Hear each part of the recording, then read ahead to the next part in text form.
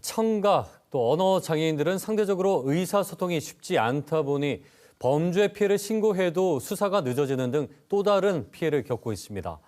이런 문제를 해결하기 위해 부산시 자치경찰위원회가 경찰관에게 수어를 가르치기로 했지만 근본적으로는 이 수어 통역사를 늘려야 한다는 지적이 나옵니다.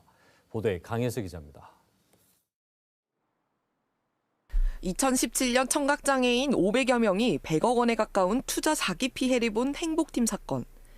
피해가 7년 가까이 이어졌지만 수사가 늦어진 건 초기 신고 과정에서 경찰관과 의사소통이 제대로 되지 않았기 때문입니다.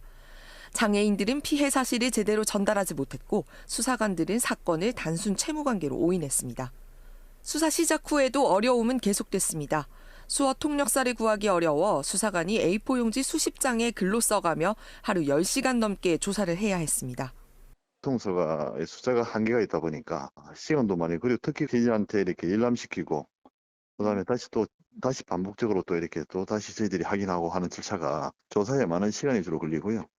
실제 경찰 신고나 수사 과정에서 이런 어려움을 겪었다는 장애인들의 진정은 지난해 인권위에 접수된 것만 400여 건에 달합니다. 통역 소통이 안 돼서 경찰서에 오라고 할 때 가면 힘들어합니다. 어떻게 해야 될지 모르겠고 몸 행겨가지고 행동으로만 이렇게 해가지고 하는데. 이런 피해를 막기 위해 부산시 자치경찰위원회가 한국농아인협회와 업무협약을 맺었습니다. 농아인협회가 강사를 파견해 일선 경찰관들을 대상으로 기본적인 수어 교육을 진행합니다.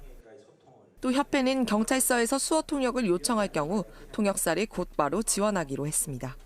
경찰관들이 이 수어를 배워서 지구대나 교통이나 이런 근무지에 그 지원이 가능하다는 팻말을 붙이고 결과가 좋으면 내년부터 좀 더 확대를 할 그런 계획이 있습니다. 2020년 기준 전국 지역 수화통역센터 소속 수화통역사는 900여 명. 장애인 범죄 피해를 제대로 수사하기 위해서는 수어통역사 수를 늘리는 정책이 앞서야 한다는 지적이 나옵니다. KBS 뉴스 강예슬입니다.